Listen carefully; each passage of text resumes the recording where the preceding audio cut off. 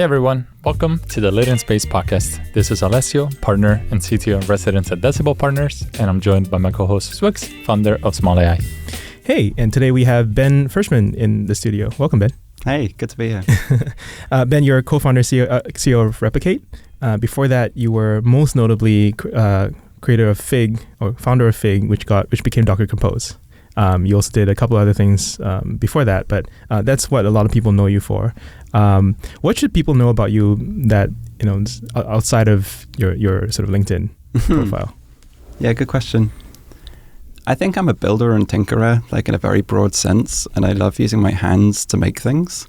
So, like, I work on, things maybe a bit closer to tech, like electronics, but I also like build things out of wood, and I fix cars, and I fix my bike and build bicycles and all this kind of stuff. And there's so much I think I've learned from transferable skills from just like working in the real world to building things in software. And so much about being a builder both in real life and in software that crosses over.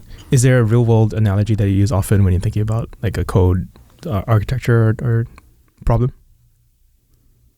I like to build software tools as if they were something real. I like to imagine.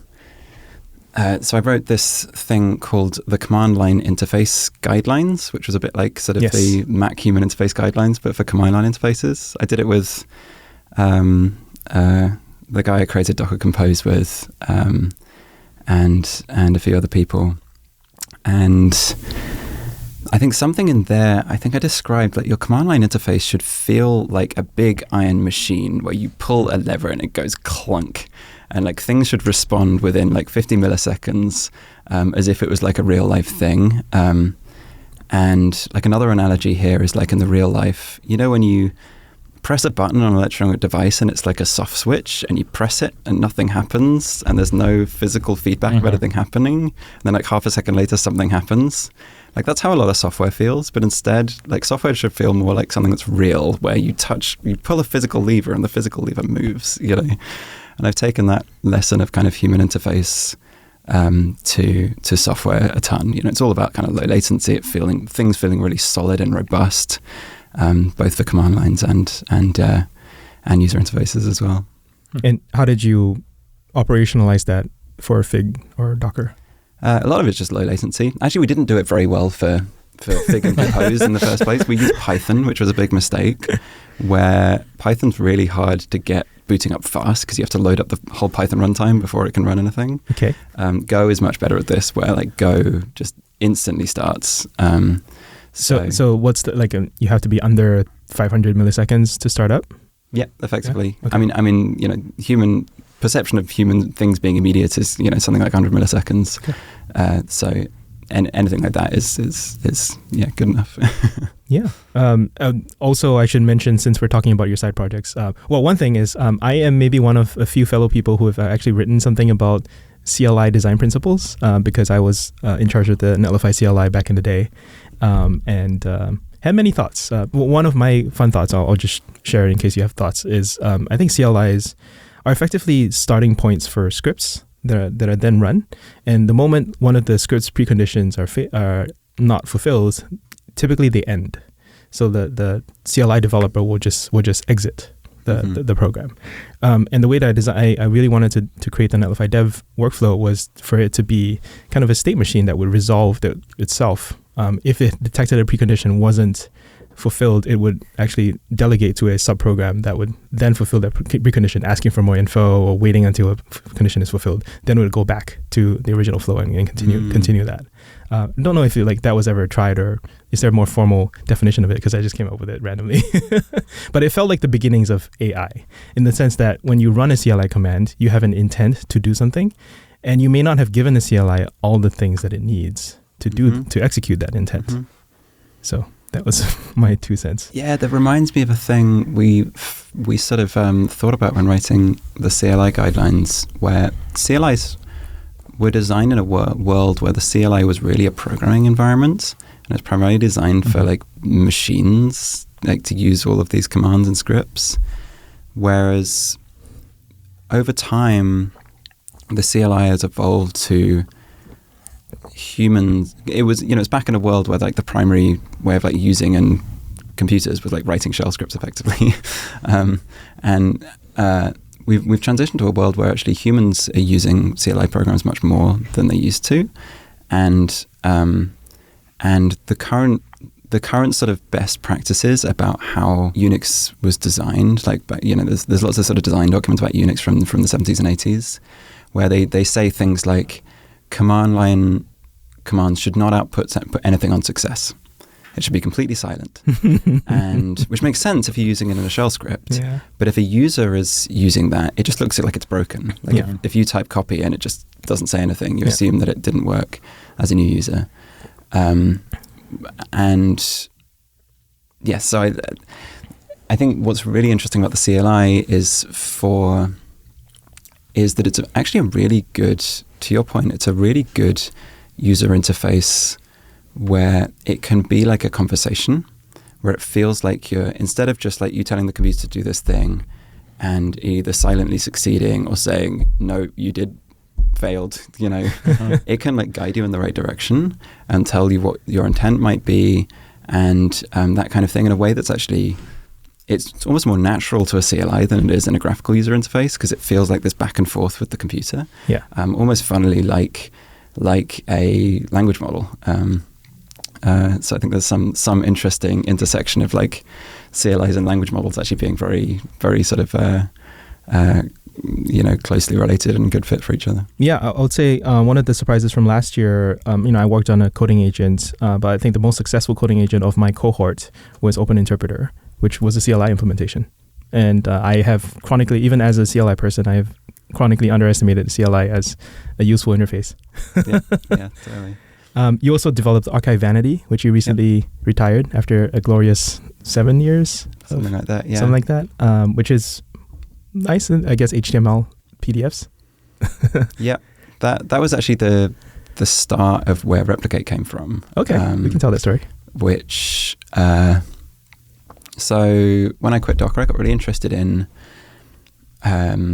science infrastructure, just as like a problem area, because it is like science has created so much progress in the world. The fact that we're, can talk to each other on a podcast and we use computers, and the fact that we're alive is probably thanks to medical research, But science is just like completely archaic and broken, and it's like 19th century processes that just happen to be, copied to the internet rather than take into account that, we can transfer information at the speed of light now. And the whole way science is funded and all this kind of thing is all kind of very broken. There's just so much potential for making science work better. And I realized that I wasn't a scientist and I didn't really have any time to go and get a PhD and become a researcher, but I'm a tool builder and I could make existing scientists better at their job. And if I could make like a bunch of scientists a little bit better at their job, maybe, that's the kind of equivalent of being a researcher. So one particular thing I dialed in on is just how science is disseminated, in that it's all of these PDFs, quite often behind paywalls, on the internet. But then that's a whole thing, because it's funded by national grants. Yeah. Government grants, then put behind paywalls. Yeah, exactly. That's like a whole, I could talk for hours about that. But the particular thing we got dialed in on was, I got kind of, but interestingly, these PDFs are also, there's a bunch of open science that happens as well. So maths, physics, computer science, machine learning, notably, is all published on the Archive, which is actually a surprisingly old institution. Some random Cornell side project. It was just like somebody in Cornell who started a mailing list in the 80s. And then when the web was invented, they built a web interface around it. Like, it's super old. And it's like kind of like a user group thing, right? That's why there are all these like numbers and stuff. Yeah, exactly. That, like it's a bit like Usenet or something. Yeah. That's where basically all of maths, physics, and computer science happens. But it's still PDFs published to this thing, you know, which is just so infuriating. Like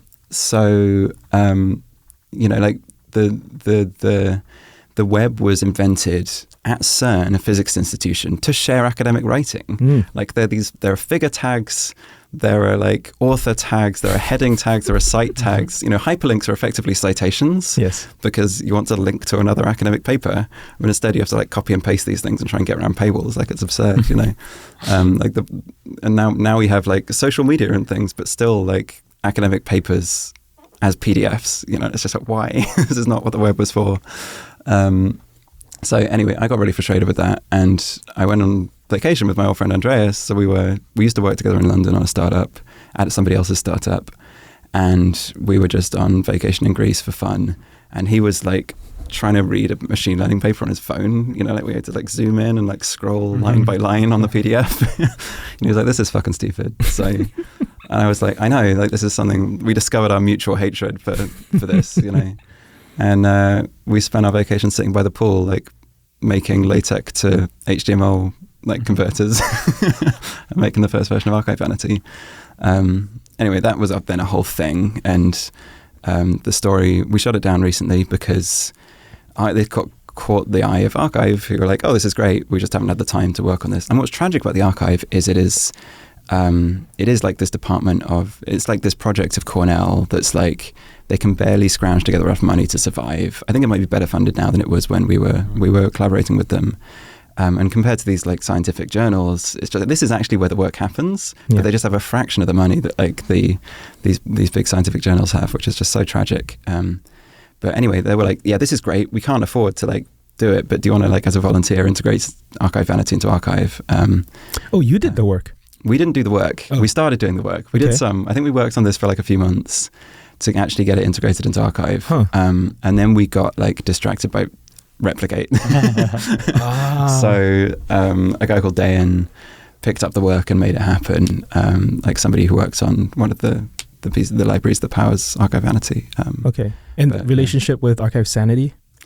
None. Did you predate them? But I actually don't know the lineage. We were both users of ArxivVanity, which is like a sort of archive which is Andre's Andre Gabathy, like Rexis on top of Archive. Yeah. And we were both users of that. Yeah. And I think we were trying to come up with a working name for Archive. Okay. And Andreas just like cracked a joke of like, "Oh, let's call it ArxivVanity because it's making the papers look nice."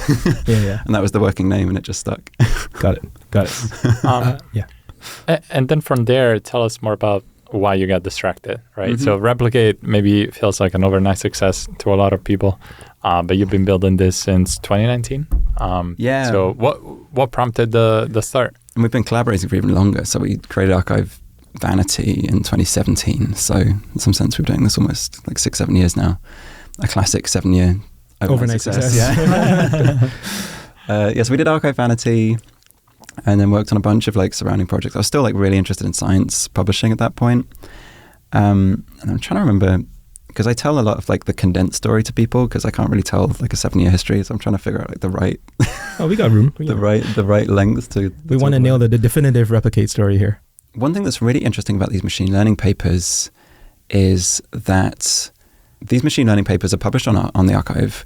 And a lot of them are actual fundamental research, so like should be like prose describing a theory, but a lot of them are just running pieces of software that like a machine learning researcher made that did something.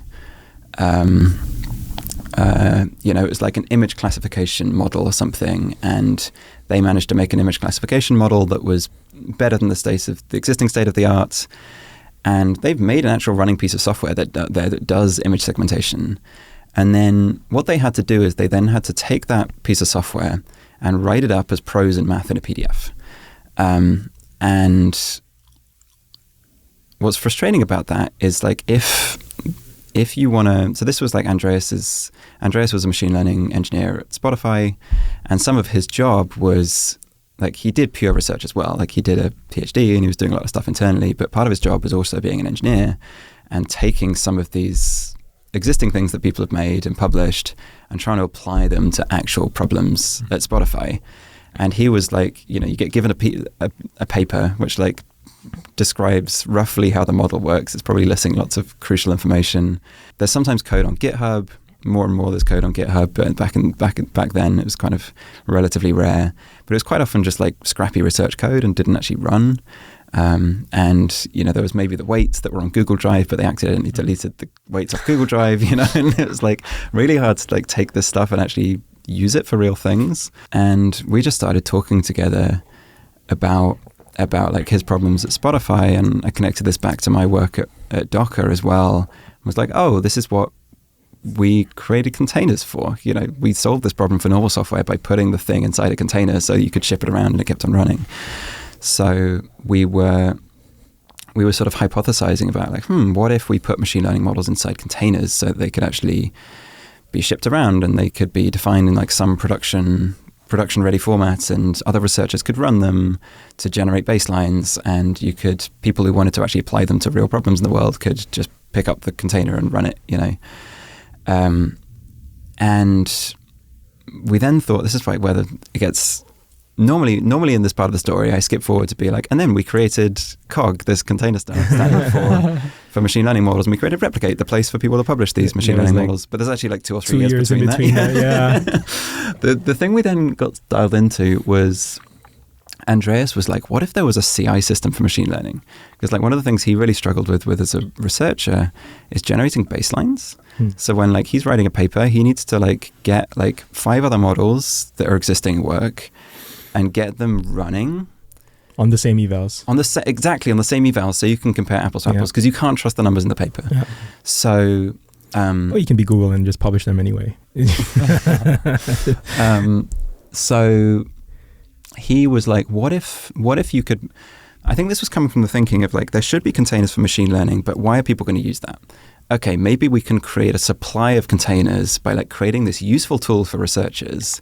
And the useful tool was like, let's get researchers to package up their models and push them to this central place where we run a standard set of benchmarks across the models, so that you can trust those results and you can compare these models apples to apples. And for like a researcher, for Andreas, like doing a new piece of research, he could trust those numbers and he could like pull down those models, confirm it on his machine, use the standard benchmark to then measure his model, and you know, all this kind of stuff. And so we started building that. That's what we applied to YC with. We got into YC and we started sort of building a prototype of this. And then this is like where it all starts to fall apart. We were like, okay, that sounds great. And we talked to a bunch of researchers and they really wanted that. And that sounds brilliant. That's a great way to create a supply of like models on this research platform. But how the hell is this a business? You know, like how are we even going to make any money out of this? And we're like, oh shit, that's the real unknown here of like what the business is. So we thought it would be a really good idea to like, okay, before we get too deep into this, let's try and like reduce the risk of this turning into a business. So let's try and research what the business could be for this research tool, effectively. So we went and talked to a bunch of companies trying to sell them something which didn't exist. So we were like, hey, do you want a way to share research inside your company so that other researchers, or say like the product manager, can test out the machine learning model? And they're like, maybe. And we were like, do you want a deployment platform for deploying models? Like, do you want like a central place for versioning models? Like, we're trying to think of like lots of different like products we could sell that were like related to this thing. And terrible idea. Like, we're not salespeople, and like people don't want to buy something that doesn't exist. I think some people can pull this off, but we were just like, you know, a bunch of product and engineer people, and we just like couldn't pull this off. So we then got halfway through our YC batch. We hadn't built a product. We had no users. We had no idea what our business was going to be because we couldn't get anybody to like buy something which didn't exist. And actually, there was quite a way through I think it was like 2/3 of the way through our YC batch or something. And we're like, okay, well, we're kind of screwed now because we don't have anything to show at demo day. And then we like tried to figure out, okay, what can we build in like 2 weeks that'll be something? So we like desperately tried to, I can't remember what we tried to build at that point. And then 2 weeks before demo day, I just remember this. I remember it was all, we were going down to Mountain View every week for dinners, and we got called onto like an all hands Zoom call, which was super weird. We're like, what's going on? And they were like, don't come to dinner tomorrow. And we realized, we kind of looked at the news and we were like, oh, there's a pandemic going on. We were like so deep in our startup, we were just like completely oblivious to what was going on around us. Was this Jan or Feb? This 2020? Was March 2020. March 2020. 2020, yeah. Because I remember Silicon Valley at the time was early to COVID. Yep. Like they started locking down a lot faster than the rest of the US. Exactly. And I remember, soon after that, like there was the San Francisco lockdowns, and then like the YC batch just like stopped. There wasn't demo day, and it was in a sense a blessing for us because we just kind of couldn't raise money anyway. In the normal course of events, you're actually allowed to defer. Exactly. To a future demo day. Yeah. So we didn't even technically defer because it just kind of didn't happen. You know? So was YC helpful? Yes.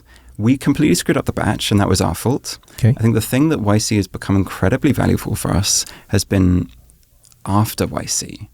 I think there was a reasonable argument that we didn't need to do YC to start with because we were quite experienced. We had done some startups before.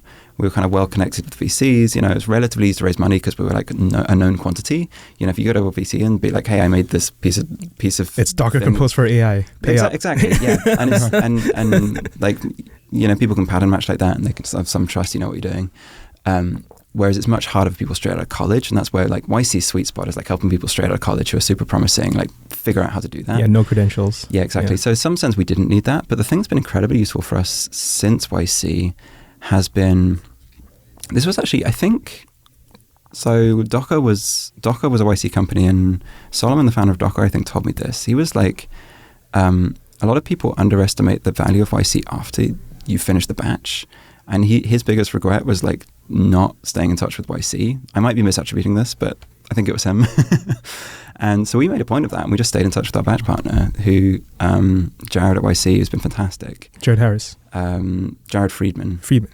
And all of like the team at YC, like there was the growth team at YC when they were still there, and they've been super helpful.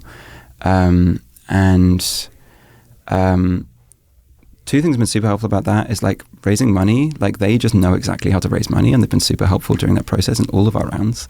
Like we've done 3 rounds since we did YC, and they've been super helpful during the whole process. And also just like reaching a ton of customers. So like the magic of YC is that you have all of, like there's thousands of YC companies, I think, like on the order of thousands, I think. Yeah. And they're all of your first customers, and they're like super helpful, super receptive, really want to like try out new things. You have like a warm intro to every one of them basically, and there's this mailing list where you can post about updates to your product, which is like really receptive, and that's just been fantastic for us. Like we've just like got so many of our users and customers through YC. Well, so the classic criticism or the sort of pushback is people don't buy you because you are both from YC, but at least they'll open the email.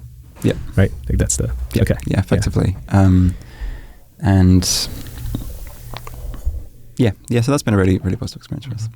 And sorry, I interrupted with the YC question. Like you just made it out of the YC, survived the pandemic, and you... Yeah. I'll try and condense this a little bit. Then we started building tools for COVID, weirdly. We were like, okay, we don't have a startup. We haven't figured out anything. What's the most useful thing we could be doing right now? Save lives. So yeah, let's try and save lives. I think we failed at that as well. We had a bunch of projects that didn't really go anywhere. We kind of worked on, a bunch of stuff like contact tracing, which didn't really be a useful thing. Andreas worked on a DoorDash for like people delivering food to people who are vulnerable. What else did we do? The meta problem of like helping people direct their efforts to what was most useful, and a few other things like that. It didn't really go anywhere. So we're like, okay, this is not really working either. We were considering actually just like doing like work for COVID. We have like this decision document early on in our company, which is like, should we become a like government app contracting shop? We decided no, because you also did work for the US for the gov.uk. Yeah, exactly. We had experience like doing some like and the Guardian and all that. Yeah, for like government stuff. And we were just like really good at building stuff. Like we were just like product people. Like I was like the front end product side, and Andreas was the back end side. So we were just like a product, and we were working with a designer at the time, a guy called Mark, who did our early designs for Replicate. And we were like, hey, what if we just team up and like become and build stuff? But yeah, we gave up on that in the end for, I can't remember the details. So we went back to machine learning, and then we were like, well, we're not really sure if this is going to work. And one of my most painful experiences from previous startups is shutting them down. Like when you realize it's not really working and having to shut it down, it's like a ton of work, and it's people hate you, and it's just sort of, so we were like, how can we make something we don't have to shut down? And even better, how can we make something that won't page us in the middle of the night? Okay. So we made an open source project. We made a thing which was an open source weights and biases, because we had this theory that like that like people want open source tools. There should be like an open source like version control, experiment tracking like thing, and it was intuitive to us, and we're like, oh, we're software developers and we like command line tools. Like everyone loves command line tools and open source stuff. But machine learning researchers just really didn't care. Like they just wanted to click on buttons. They didn't mind that it was a cloud service.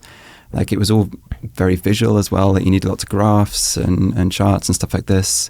So it wasn't right. Like it was right. We were actually real building something that Andreas made at Spotify for just like saving experiments to cloud storage automatically. But other people didn't really want this. So we kind of gave up on that. And then that was actually originally called Replicate, and we renamed that out that way. So it's now called Keepsake. And I think some people still use it. Then we sort of we looped back to our original idea. So we were like, oh, maybe there was a thing in that thing we were originally sort of thinking about of like researchers sharing their work and containers for machine learning models. So we just built that. And at that point, we were kind of running out of the YC money. So we were like, okay, this like feels good though. Let's like give this a shot. So that was the point. We raised a seed round. We raised seed pre-launch. Round. We raised pre-launch and pre-team. It was an idea basically. We had a little prototype. It was just an idea in a team. But we were like, okay, like, when bootstrapping this thing is getting hard, so let's actually raise some money. And then we made Cog and Replicate. It initially didn't have APIs, interestingly. It was just the bit that I was talking about before of helping researchers share their work. So it was a way for researchers to put their work on a web page such that other people could try it out. And so that you could download the Docker container. So that like we cut the benchmarks thing of it because we thought that was just like too complicated. But it had a Docker container that like, Andreas in a past life could download and run with his benchmark. And you could compare all these models apples to apples. So that was like the theory behind it. And that kind of started to work. It was like still when like, it was long time pre-AI hype, and there was lots of interesting stuff going on, but it was very much in like the classic deep learning era. So sort of image segmentation models and sentiment analysis and all these kind of things, that people were using, deep learning models for. And we were very much building for research because all of this stuff was happening in research institutions, the sort of people who'd be publishing to arXiv. So we were creating an accompanying material for their models, basically. They wanted a demo for their models, and we were creating accompanying material for it. And they were like, what was funny about that is they were like not very good users. Like they were doing great work, obviously, but the way that research worked is that they just made like one thing every 6 months, and they just fired and forgot it. Like they published this piece of paper and like done. I've published it. So they like output it to Replicate, and then they just stopped using Replicate. They were like once every 6 monthly users. And that wasn't great for us. But we stumbled across this early community. This was early 2021 when people started, OpenAI created Clip, and people started smushing Clip and GANs together to produce image generation models. And this started with, it was just a bunch of like tinkerers on Discord, basically. It was, there was an early model called Big Sleep by Advad Noun. And then there was VQGAN Clip, which was like a bit more popular, by Rivers Have Wings. And it was all just people like tinkering on stuff in collabs. And it was very dynamic. And it was people just making copies of collabs and playing around with things and forking. And to me, I saw this and I was like, oh, this feels like open source software. Like so much more than the research world where like people are publishing these papers. Yeah, you don't know their real names, and then it's just like a Discord. Yeah, exactly. But crucially, it was like people were tinkering and forking, and things were moving really fast. And it just felt like this creative, dynamic, collaborative community in a way that research wasn't really. Like it was still stuck in this kind of 6-month publication cycle. So we just kind of latched onto that and started building for this community. And, you know, a lot of those early models were published on Replicates. No, I think the first one that was really primarily on Replicates was one called Pixray, which was sort of mid 2021. And it had a really cool like pixel art output, but it also just like produced, they weren't like crisp images, but they were quite aesthetically pleasing, like some of these early image generation models. And, you know, that was like published primarily on Replicates, and then a few other models around that were like published on Replicates. And that's where we really started to find our early community, and like where we really found like, oh, we've actually built a thing that people want. And they were great users as well, and people really want to try out these models. Lots of people were like running the models on Replicate.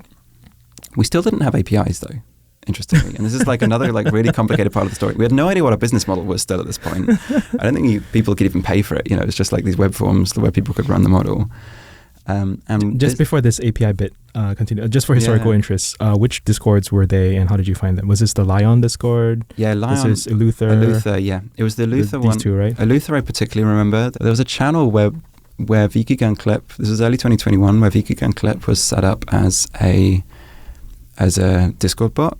And I just remember being completely just like captivated by this thing. I was just like playing around with it all afternoon, and like the sort of thing in where Discord. Like, oh shit, it's 2 a.m. You know? Yeah. This is the beginnings of Midjourney. Yeah, exactly. And stability. It was the start of Midjourney, and you know, it's where that kind of user interface came from. Like, what's beautiful about the user interface is like you could see what other people are doing. Yeah. And you could riff off other people's ideas. And it was just so much fun to just like play around with this in like a channel full of 100 people. And yeah, that just like completely captivated me. And I'm like, okay, this is something, you know. So like we should get these things on Replicate. And yeah, that's where that all came from. Yeah. Okay. Sorry, and I just wanted to capture that. Yeah, yeah. And then you moved on to, so was it APIs next, or was it Stable Diffusion next? It was APIs next. And the APIs happened because one of our users, our web form had like an internal API for making the web form work, like with an API that was called from JavaScript. And somebody like reverse engineered that to start generating images with a script. You know, they did like, you know, web inspector, copy as curl, like figured out what the API request was. Yeah. And it wasn't secured or anything. Of course not. And they started generating a bunch of images, and like we got tons of traffic. And we're like, what's going on? And I think like a sort of usual reaction to that would be like, hey, you're abusing our API, and to shut them down. And instead we're like, oh, this is interesting. Like people want to run these models. So we documented the API in a Notion document, like our internal API in a Notion document, and like messaged this person being like, hey, you seem to have found our API. Here's the documentation. That'll be like $1,000 a month, please. With a Stripe form, like we just clicked some buttons to make. And they were like, sure, that sounds great. So that was our first customer. $1,000 a month. It was a surprising amount of money. Yeah. That's not it was on casual. It was on the order of $1,000 a month. So was it a business? Like what? It was the creator of Pixray. Like it was, he generated NFT art. And so he like made a bunch of art with these models and was you know selling these NFTs effectively. And I think lots of people in his community were doing similar things. And like he then referred us to other people who were also generating NFTs using generative models. And that was like the start of like that was the start of our API business, yeah. And then we like made an official API and actually like added some billing to it, so it wasn't just like a fixed fee. And yeah. And now people think of you as the hosted models API business. Yeah, exactly. And but that just turned out to be our business, you know. But what ended up being beautiful about this is it was really fulfilling like the original goal of what we wanted to do, is that we wanted to make this research that people were making accessible to like other people and for it to be used in the real world. And this was like just ultimately the right way to do it, because all of these people making these generative models could publish them to Replicate, and they wanted a place to publish it. And software engineers, you know, like myself, like I'm not a machine learning expert, but I want to use this stuff. could just run these models with a single line of code. And we thought, maybe the Docker image is enough, but it's actually super hard to get the Docker image running on a GPU and stuff. So it really needed to be the hosted API for this to work and to make it accessible to software engineers. And we just like wound our way to this 2 years to the first paying customer. Yeah, exactly. Did you ever think about becoming Midjourney during that time? You have like so much interest in image generation. It's, I mean, you're doing fine for the record, but you know, it was right there. You were playing with it. Yeah, I don't think it was our expertise. Like, I think our expertise was dev tools rather than like Midjourney is almost like a consumer product, you know. Yeah. So I don't think it was our expertise. It certainly occurred to us. I think at the time we were thinking about like, maybe we could hire some of these people in this community and make great models and stuff like this. But just ended up we ended up more being at the tooling. Like I think like before I was saying like I'm not really a researcher, but I'm more like the tool builder, like behind the scenes. And I think both me and Andreas are like that. Yeah. I think this is also like a illustration of the tool builder philosophy. Something where you latch onto in DevTools, which is when you see people behaving weird, it's not their fault, it's yours. Like you want to pave the cow paths is what they say, right? Like the unofficial paths that people are making, like make it official and make it easy for them, and then maybe charge a bit of money. Mm-hmm. Yep. Exactly. And now fast forward a couple of years, you have 2 million developers using Replicate, maybe more. That was the last public number that I found. 2 million. I think that got mangled actually by. It's 2 million users. Not all those people are developers, but a lot of them are developers. Yeah. And then 30,000 paying customers was the number. That's awesome. Latent Space runs on Replicate, so we have a small podcast there, and we host we do a transcription on Whisper Replicate. diarization on Replicate. And we're paying. So we're Latent Space is in the 30,000. Nice. You raised a $40 million Series B. I would say that maybe the Stable Diffusion time, August 22, was like really when the company started to break out. Tell us a bit about that and the community that came out. And I know now you're expanding beyond just image generation. Yeah. I think we kind of set ourselves, like we saw there was this really interesting generative image world going on. So we kind of, like we're building the tools for that community already, really. And we knew Stable Diffusion was coming out. We knew it was a really exciting thing. It was the best generative image model so far. I think the thing we underestimated was just like what an inflection point it would be, where it was, I think Simon Willison put it this way, where he said something along the lines of it was a model that was open source and tinkerable and like good enough that it was just like, it was just good enough and open source and tinkerable such that it just kind of took off in a way that none of the models had before. And like what was really neat about Stable Diffusion is it was open source, so you could like compared to like DALL-E, for example, which was like sort of equivalent quality. It was open source, so you could fork it and tinker on it. And like the first week, we saw like people making animation models out of it. We saw people make like game texture models that like use circular convolutions to make repeatable textures. We saw, what else did we see? A few weeks later, like people were fine tuning it so you could put your face in these models and all of these other textual inversion. Yep, yeah, exactly. That happened a bit before that. And all of this sort of innovation was happening all of a sudden. And people were publishing it on Replicate because you could just like publish arbitrary models on Replicate. So we had this sort of supply of like interesting stuff being built. But because it was a sufficiently good model, there was also just like a ton of people building with it. They were like, we can build products with this thing. And this was like about the time where people were starting to get really interested in AI. So like tons of product builders wanted to build stuff with it. And we were just like sitting in there in the middle as like the interface layer between like all these people who wanted to build and all these like machine learning experts who were building cool models. And that's like really where it took off. We were just sort of incredible supply, incredible demand, and we were just like in the middle. And then, since then we just kind of grown and grown really, and we been building a lot for like the indie hacker community, these like individual tinkerers, but also startups and a lot of large companies as well who are sort of exploring and building AI things.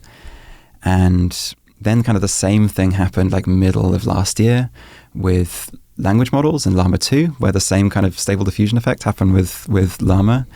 And Llama 2 was like our biggest week of growth ever because like tons of people wanted to tinker with it and run it.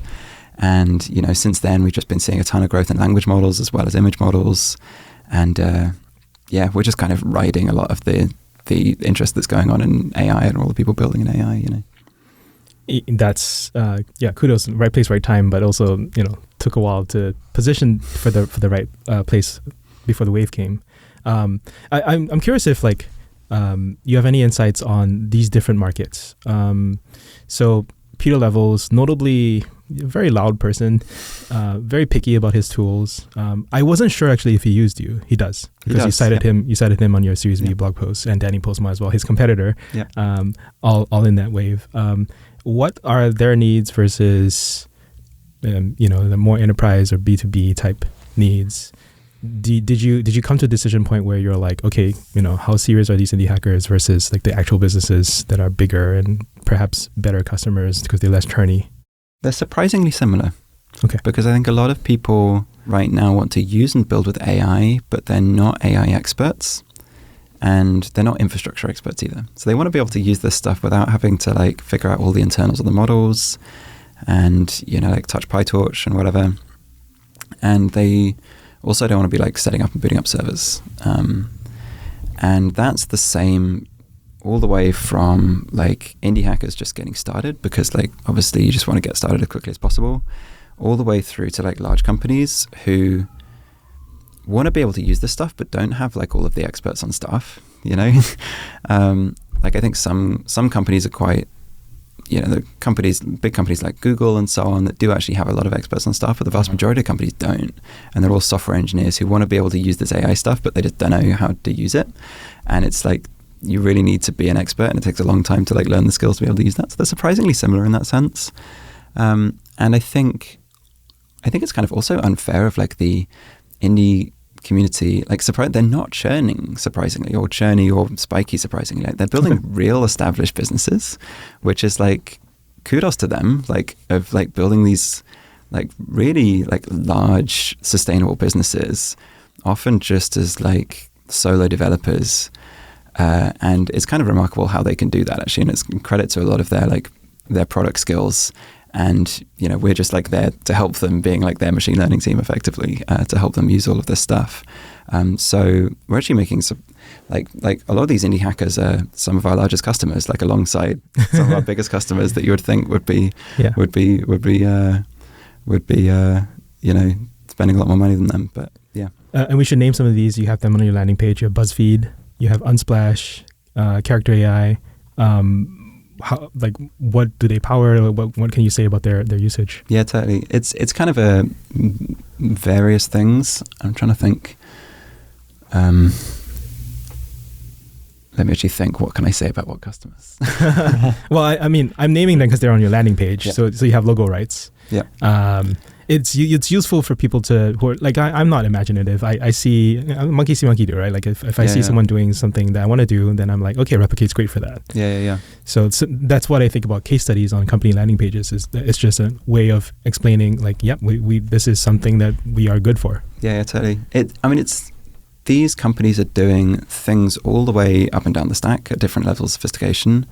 So, like Unsplash, for example. They actually publicly posted this story on Twitter, where they're using Blip to annotate all of the images in their catalog. So, you know, they have lots of images in their catalog and they want to create a text description of it so you can search for it. And they're annotating the images with, you know, off-the-shelf open source model. You know, we have this big library of open source models that you can run. And, you know, we've got lots of people who are running these open source models off the shelf. And then, you know, most of our larger customers are doing more sophisticated stuff. So they're like fine-tuning the models. They're running completely custom models on us. And so a lot of these larger companies are like using us for a lot of their you know, inference, but it's like a lot of custom models and them like writing the Python themselves because they've got machine learning experts on the team, and they're using us for like, you know, their inference infrastructure effectively. So it's like lots of different levels of sophistication where like some people are using these off-the-shelf models. Some people are fine-tuning models. So like Peter Levels is a great example where a lot of his products are based off like fine-tuning image models, for example. And then we've also got like larger customers who are just like using us as infrastructure effectively as servers. So yeah, it's like all things up and down the stack. Yeah. Let's talk a bit about COG and the technical layer. So there are a lot of GPU clouds. I think people have different pricing points, and I think everybody tries to offer a different developer experience on top of it, which then lets you charge a premium. Why did you want to create COG? What were some of you worked at Docker. What were some of the issues with traditional container runtimes? And maybe, what were you surprised with as you built it? COG came right from the start, actually, when we were thinking about this evaluation, this sort of benchmarking system for machine learning researchers, where we wanted researchers to publish their models in a standard format that was guaranteed to keep on running, that you could replicate the results of, like that's where the name came from. Mm-hmm. And we realized that we needed something like Docker to make that work, and I think it was just like natural from my point of view of like, obviously that should be open source, that we should try and like create some kind of open standard here that people can share, because if more people use this format, then that's great for everyone involved. I think the magic of Docker is not really in the software. It's just like the standard that people have agreed on, like, here are a bunch of keys for a JSON document, basically. And, that was the magic of like the metaphor of real containerization as well. It's not the containers that are interesting. It's just like the size and shape of the damn box, Mm-hmm. Right. Yeah. And it's a similar thing here, where really we just wanted to get people to agree on like, this is what a machine learning model is. This is how a prediction works. This is what the inputs are. This is what the outputs are. So COG is really just a Docker container that attaches to a CUDA device if it needs a GPU, that has a open API specification as a label on the Docker image. And the open API specification defines the interface for the machine learning model, like the inputs and outputs effectively, or the params in machine learning terminology. And, we just wanted to get people to kind of agree on this thing. And it's like general purpose enough. Like, we weren't saying like, some of the existing things were like at the graph level, but we really wanted something general purpose enough that you could just put anything inside this, and it was like future compatible, and it was just like arbitrary software. And, it'd be future compatible with like future inference servers and future machine learning model formats and all this kind of stuff. Yep. So that was the intent behind it. And,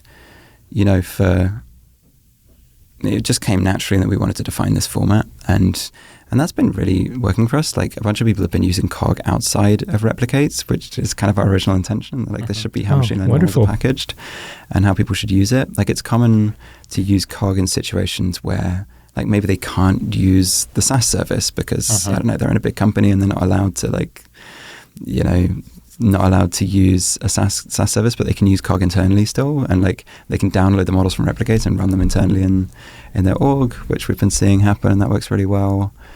People who want to build like custom inference pipelines but don't want to like reinvent the world, they can use COG off the shelf and use it as like a component in their inference pipelines.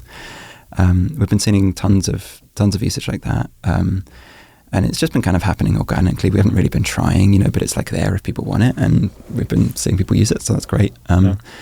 And so a lot of it's just sort of philosophical of just like, this is how it should work from my experience at Docker, and there's just a lot of value from like the core being open, I think, and that other people can share it, and it's like an integration point. So, if Replicate, for example, wanted to work with a testing system, like a CI system or whatever,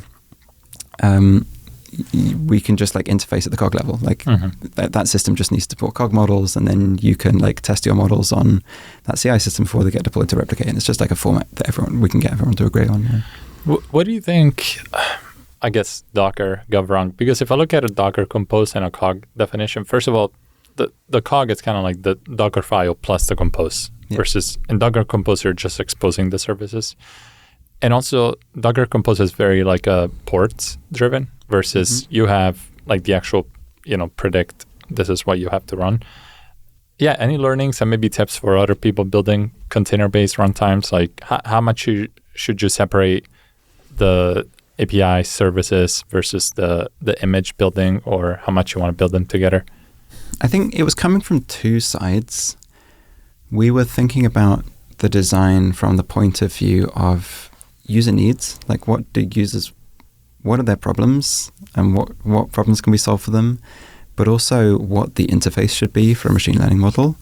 And it was sort of the combination of two things that led us to this design. So thing I talked about before was a little bit of like the interface around the machine learning model. So we realized that we wanted to be general purpose. We wanted to be at the JSON, like human readable things rather than the tensor level. So it's like an open API specification that wrapped a Docker container. That's where that design came from.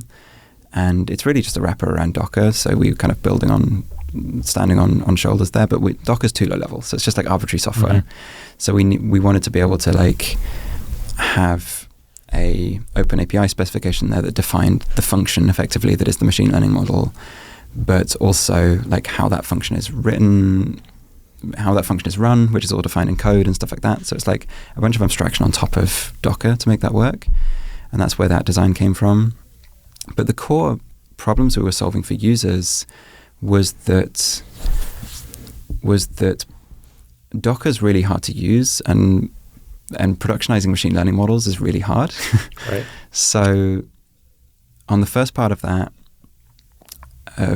we knew we couldn't use Docker files. Like Docker files are hard enough for software developers to write. Yeah. I'm saying this with love as somebody who works on Docker and like worked on Docker files.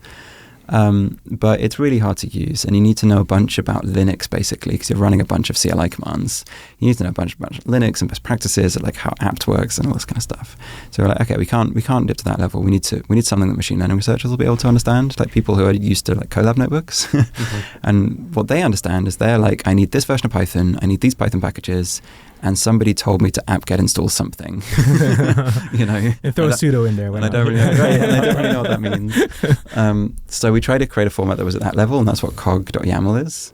And we were really kind of trying to imagine, like, what is that machine learning researcher going to understand, you know, and trying to build for them. And then the productionizing machine learning models thing is like, okay, how can we package up all of the complexity of like productionizing machine learning models? Like picking CUDA versions, like hooking it up to GPUs, writing an inference server, defining a schema, doing batching, all of these just like really gnarly things that everyone does again and again, and just like, you know, provide that as a tool.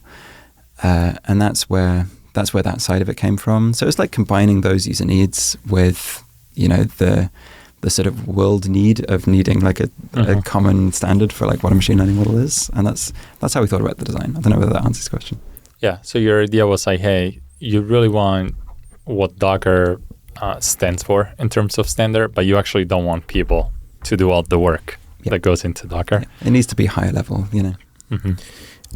So I want to, for the listener, you're not the only standard that is out there. As with any standard, there must be 14 of them. You are very surprisingly friendly with Olama, who's your former colleagues from Docker, who came out with the model file. Mozilla came out with the llama file. And then I don't know if this is in the same category even, but I'm just going to throw it in there. Like Hugging Face has the Transformers and Diffusers library, which is a way of disseminating models that obviously people use. How would you contrast your approach of COG versus all these? It's kind of complementary actually, which is kind of neat in that a lot of like Transformers, for example, is lower level than COG. So it's, you know, a Python library effectively, but you still need to like expose them. Yeah, you still need to turn that into an inference server. You still need to like install all the Python packages and that kind of thing. So lots of replicate models are Transformers models and diffusers models inside COG. You know, so that's like the level that sits. So it's very complementary in some sense. And, you know, we're kind of working on integrations with Hugging Face such that you can like deploy models from Hugging Face and into COG models and stuff like that and to replicate. So some of these things like Llama file and what Olama are working on are also very complementary in that they're doing a lot of the sort of running these things locally on laptops, which is not a thing that works very well with COG. Like COG is really designed around servers and attaching to CUDA devices and NVIDIA GPUs and this kind of thing. So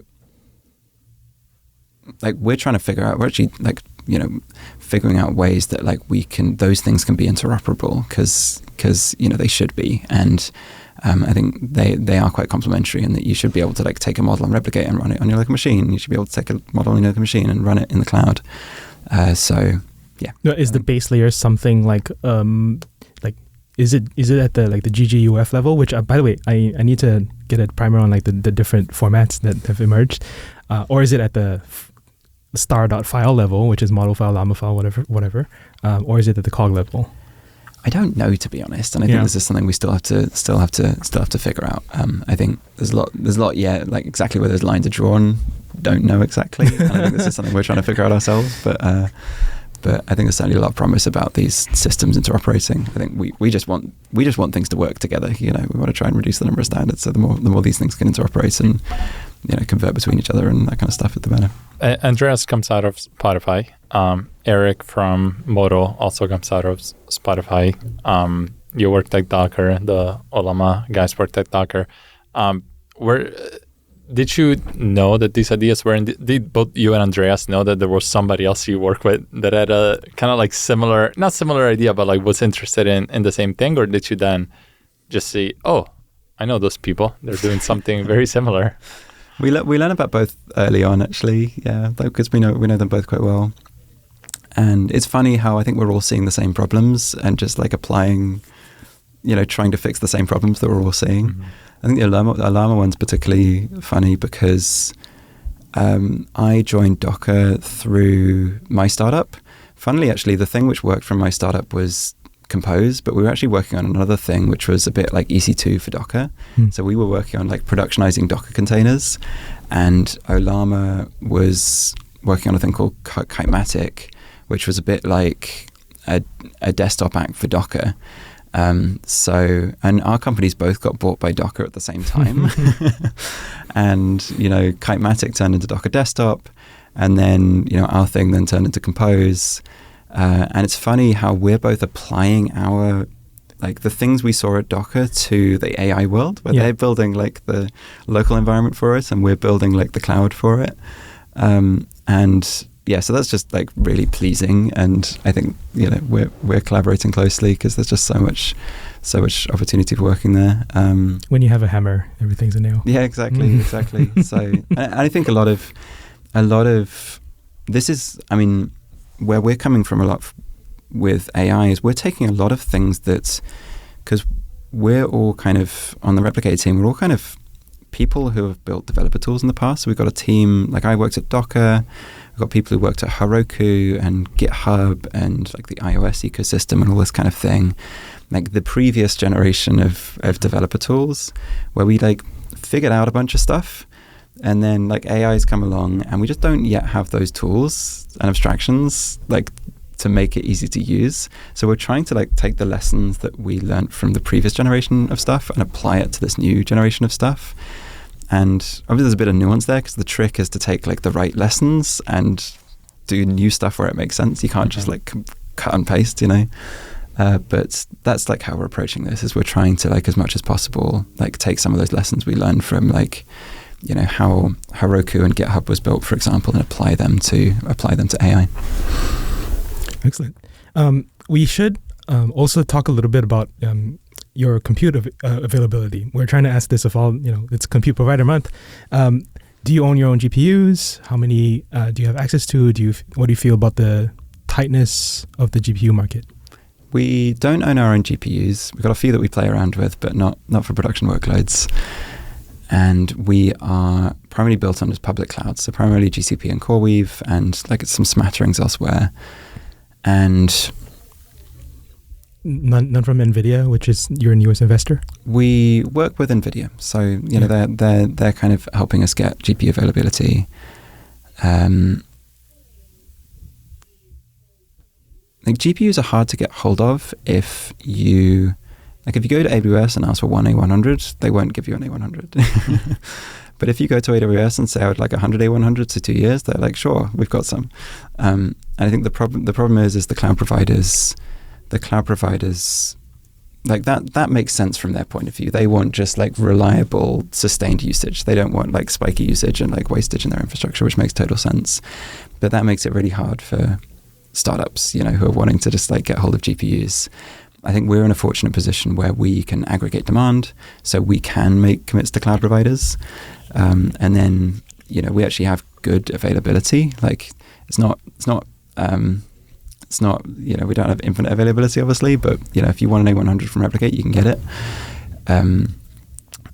But we're seeing other companies pop up as well. Like SF Compute's a great example of this, where they're doing the same idea for training almost, where a lot of startups need to be able to train a model, but they can't get hold of GPUs from large cloud providers.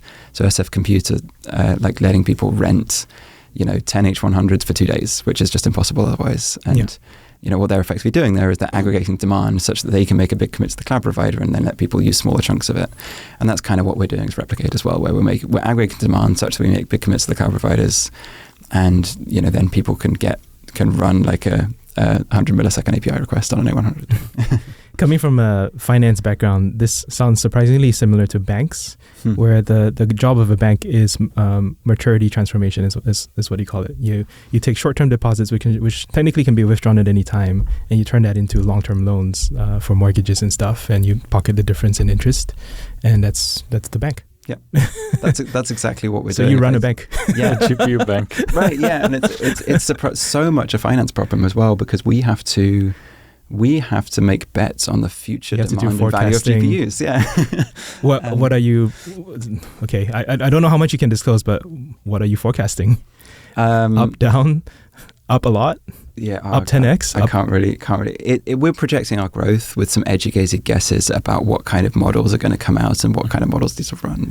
Okay. So we need to bet that, like, okay, maybe language models are getting larger, so we need to like have GPUs with a lot of RAM, or like multi GPU nodes, or maybe models are getting smaller and we actually need smaller GPUs. We have to make some educated guesses about that kind of stuff. Yeah. Yeah. Speaking of which, the mixture of experts models must be throwing a spanner into the planning. Not so much. I mean, we've got like multi-node A100 machines which can run those, and multi-node H100 machines which can run those no problem. So okay. we're set up for that world. Yeah. Okay, all right. I didn't expect it to be so easy. My impression was that the amount of RAM per model was increasing a lot. Especially on a sort of per active parameter basis, going from like Mixtral being 8 experts to like the DeepSeek MOE models. I don't know if you saw them being like 30, 60 experts, and you can see it keep going up. I guess. Yeah, I think we might run into problems at some point, and yeah, I don't know exactly what's going on there. I think something that we're finding, which is kind of interesting, like I don't know this in depth, but we're certainly seeing a lot of good results from lower precision models. So like 90% of the performance with just like much less RAM required, and that means like we can run them on GPUs we have available, and it's good for customers as well because it runs faster, and like they want that trade-off, of where it's just slightly worse but like way faster and cheaper. Yeah. Do you see a lot of GPU waste in terms of people running the thing on a GPU that is like too advanced? I think we use a T4 to run Whisper, so we're at the bottom end of it. Yeah, any thoughts? I think one of the hackathons we were at, people were like, "Oh, how do I get access to like H100s?" And it's like, you need to run like Stable Diffusion. It's like you don't need H100. Yeah. Well, if you want low latency, you sure spend a lot of money on H100. Yeah, we see a ton of that kind of stuff, and it's surprisingly hard to optimize these models right now. So a lot of people are just running like really unoptimized models. We're doing the same, honestly. Like a lot of models on Replicate have just been like not been optimized very well. So something we want to like be able to help people with is optimizing those models. Like either we show people how to with guides, or we make it easier to use some of these more optimized inference servers, or we show people how to compile the models, or we do that automatically, or something like that. But that's only something we're exploring because, yeah, there's so much wastage. Like, it's not just wasting the GPUs, it's also like a bad experience and the models run slow, Right. So like a lot of the models on Replicate, some of the most popular models on Replicate we have, so the models on Replicate are almost all pushed by our community. Like, people have pushed those models themselves, but like it's like a big headed distribution where there's like a long tail of lots of models that people have pushed, and then like a big head of like the models most people run. So models like Llama 2, like Stable Diffusion, we we work with Meta and Stability to like maintain those models, and we've done a ton of optimization to make those really fast. So those models are optimized, but the long tail is not, and there's like a lot of wastage there. Yeah, and going into it's already the new year.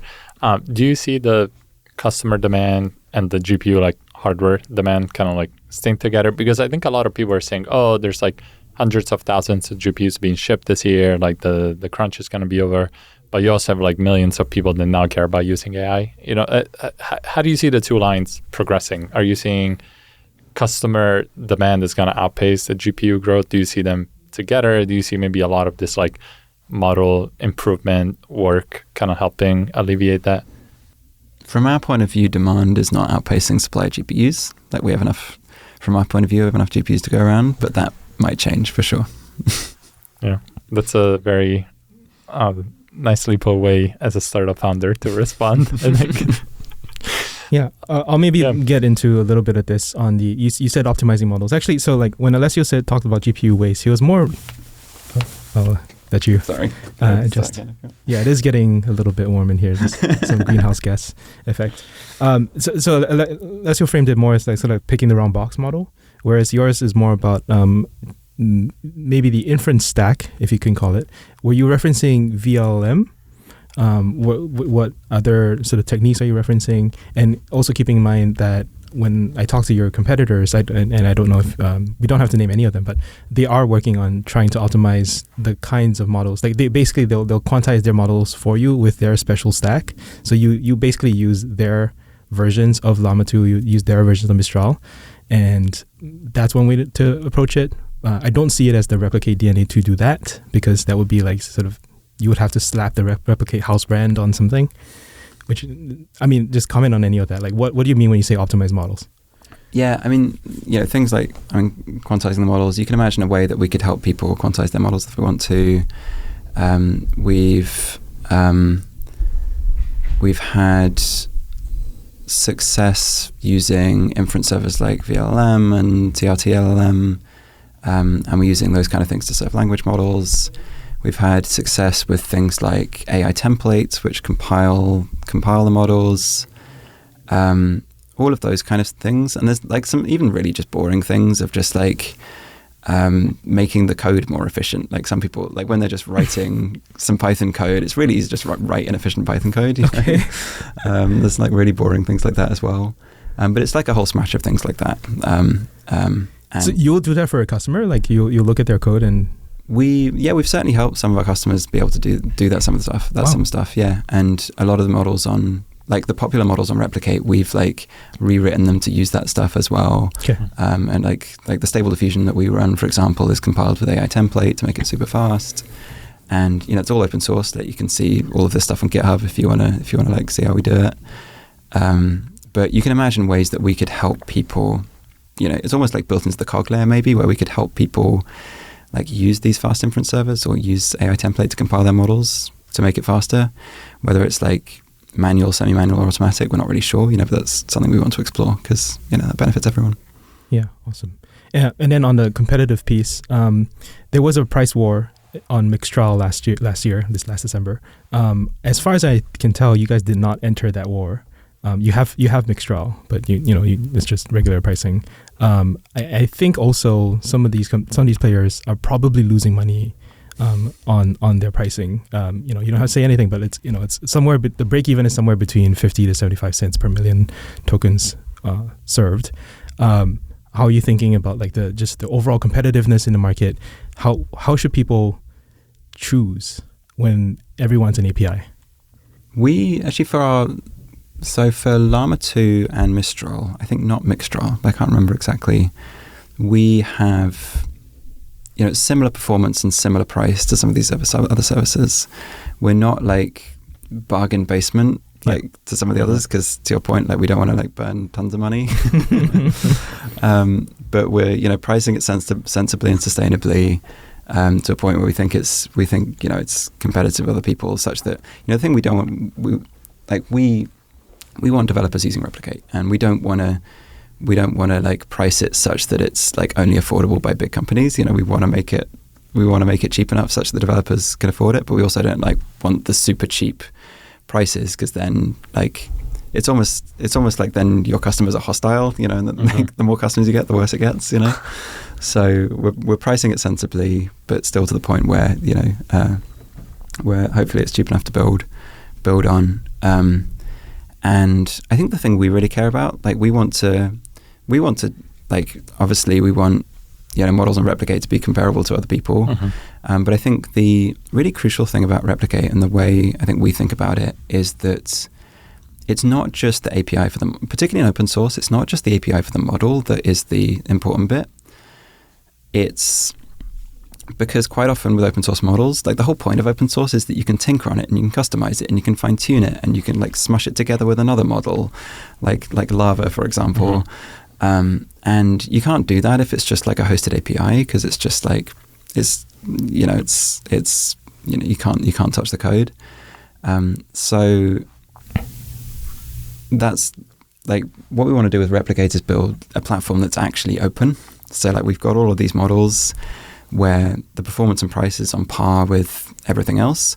But if you want to customize it, you can fine tune it. You can go to GitHub and get the source code for it and edit the source code and push up your own custom version and this kind of thing. Because that's like that's the crucial thing for open source machine learning, is be able to tinker on it and customizing it. And we think that's really important for you know, to make open source AI work. You mentioned open source. How do you think about levels of openness? When Llama 2 came out, I wrote a post about this, about it's like open source and there's open weights, then there's restricted weights. It was on the front page of Agri News, so there was like all sort of comments from people. So I'm always curious to hear your thoughts. Like, what do you think is okay for people to license? What's okay for people to not release? Yeah, we're seeing, I mean, you know, before it was just like closed source, big models, open source, little models, you know, purely open source stuff. And we're now seeing like lots of variations where, you know, model companies putting restrictive licenses on their models. You know, that means it can only be used for non-commercial use, you know, and a lot of the, you know, open source crowd is complaining it's not true open source, you know, and all this kind of thing. And I think a lot of that is coming from philosophy, you know, like the sort of free software movement kind of philosophy. And I don't think it's necessarily a bad thing. Like I think it's good that model companies can make money out of their models. You know, that's like how is model incentivize people to make more models and this kind of thing. And I think it's totally fine if like somebody made something to ask for some money in return if you're making money out of it. And I think that's totally okay. And I think there's some really interesting like midpoints as well where people are releasing the code, so you can still tinker on it. But the person who trained the model still wants to get a cut of it if like you're making a bunch of money out of it. And I think that's good, and that's going to make like the ecosystem more sustainable. And I think we're just going to see, I don't think anybody's really figured it out yet. We're going to see like more experimentation with this and more people like try to figure out like, what are the business models around building models and how can I make money out of this? And we'll just see where it ends up. And I think it's something we want to support as Replicate as well, because we believe in open source. We think it's great, but there's also going to be lots of models which are closed source as well. And these companies might not be, there's probably going to be a long tail of a bunch of people building models that don't have the reach that OpenAI have. And, you know, hopefully as Replicate, we can help those people find developers and help them make money and that kind of thing. I think the compute requirements of AI kind of changed the thing. I started an open source company. I'm a big open source fan, and before it was kind of man hours was really all that went into open source. It wasn't much monetary investment. Well, not that man hours are not worth a lot, but if you think about Llama 2, it's like $25 million, you know, like all in. It's like you can't just spin up a Discord and like spend $25 million. So I think it's net positive for everybody that Llama 2 is open source. And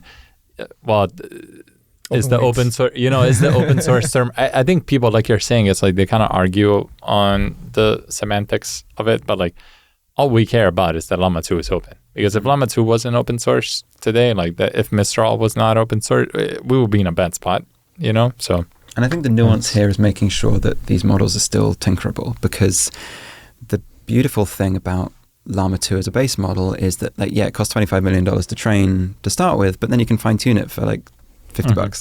Right. And that's what's so beautiful about the open source ecosystem, and something I think is really surprising as well. Like, completely surprised me. Like, I think a lot of people assumed that like it's not going to be open source machine learning is just not going to be practical because it's so expensive to train these models, but like fine tuning is unreasonably effective and people are getting really good results out of it, and it's really cheap. So people can effectively create open source models really cheaply, and there's going to be like this sort of ecosystem of tons of models being made. And I think the risk there from a licensing point of view is we need to make sure that the licenses let people do that. Because if you release a big model under a non-commercial license and people can't fine-tune it, you've lost the magic of it being open.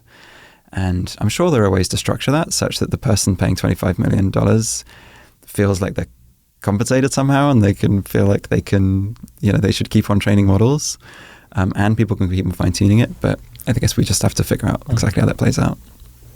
Yeah, excellent. So just wanted to round it out. You've been an excellent, very open guest so far. I actually I should have started my intro with this, but I feel like you found the sort of AI engineer crew before I did. And, something that really resonated with you in sort of the Series B announcement was that you put in some stats here about how there are 2 orders of magnitude more software engineers than there are machine learning engineers. About 30 million software engineers and 500,000 machine learning engineers. You can maybe plus minus one of those orders of magnitude, but it's around that ballpark. And so obviously there will be a lot more AI engineers than there will be ML engineers. How do you see this group? Like, is it all software engineers? Are they going to specialize? What would you advise someone trying to become an AI engineer? Is this a legitimate career path? Yeah, absolutely. I mean, it's very clear that AI is going to be a large part of how we build software in the future now. It's a bit like being a software developer in the 90s and ignoring the internet, You just need to learn about this stuff. You need to figure this stuff out. I don't think you don't need to be like super low level. You don't need to be like, the metaphor here is that you don't need to be digging down into like this sort of PyTorch level if you don't want to. In the same way as a software engineer in the 90s, you don't need to be like understanding how network stacks work to be able to build a website, but you need to understand the shape of this thing and how to hold it and what it's good at and what it's not. And that's really important. So yeah, certainly just advise people to like just start playing around with it, get a feel of like how language models work, get a feel of like how these diffusion models work, get a feel of like what fine-tuning is and how it works, because some of your job might be building data sets, get a feeling of how prompting works, because some of your job might be writing a prompt. And those are just all really important skills to sort of figure out. Yeah. Well, thanks for building the definitive platform for doing all that. Yeah, of course. Any final call to actions? Who should come work at Replicate? Anything for the audience? Yeah, well, I mean, we're hiring. If you click on jobs at the bottom of replicate.com, there's some jobs, and I just encourage you to just try out AI, even if you think you're not smart enough. Like, the whole reason I started this company is because I was looking at the cool stuff that Andreas was making. Like, Andreas is like a proper machine learning person with a PhD, and I was like just like a sort of lowly software engineer. And I was like, you're doing really cool stuff, and I want to be able to do that. And by us working together, we've now made it accessible to dummies like me. And I just encourage anyone who's like wants to try this stuff out, just give it a try. And I think I would also encourage people who are tool builders. Like, the limiting factor now on AI is not like the technology. Like, the technology's made incredible advances, and there's just so many incredible machine learning models that can do a ton of stuff. The limiting factor is just like making that accessible to people who build products, because it's really hard to use this stuff right now. And obviously we're building some of that stuff as Replicate, but there's just like a ton of other tooling and abstractions that need to be built out to make this stuff usable. So I just encourage people who like building developer tools to just like get stuck into it as well, because that's going to make this stuff accessible to everyone. Yeah. I especially want to highlight you have a hacker in residence job opening available, which not every company has, which means just join you and hack stuff. I think Charlie Holtz is doing a fantastic job of that. Yep, effectively. Like a lot of our job is just like showing people how to use AI. So we've just got a team of like software developers and people who've kind of figured this stuff out, who are writing about it, who are, making videos about it, who are making example applications, just to like show people what you can do with this stuff. Yeah. In my world, that used to be called DevRel, but now it's hacker in residence, and that's this came from Zeke, who's another one of our hackers. Tell me this came from Chroma, because I to start that one. We developed, like, Anton actually was like, hey, we came up with that first, but I think we came up with it. I made that page. Yeah, I think we came up with it independently, because the story behind this is we originally called it the DevRel team. Yeah. And DevRel's cursed now.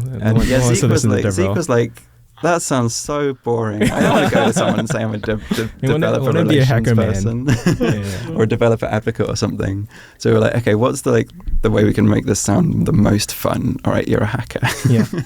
I would say like that is consistently the vibe I get from Replicate. Everyone on your team I interact with. When I go to your San Francisco office, like that's the vibe that you're generating. Like it's a hacker space more than an office. And you hold fantastic meetups there, and I think you're a really positive presence in our community. So thank you for doing all that, and it's instilling the hacker vibe and culture into AI. I'm really glad that's working. Yeah, cool. That's a wrap, I think. Thank you so much for coming on, man. Yeah, of course. Thank you. This is a lot of fun.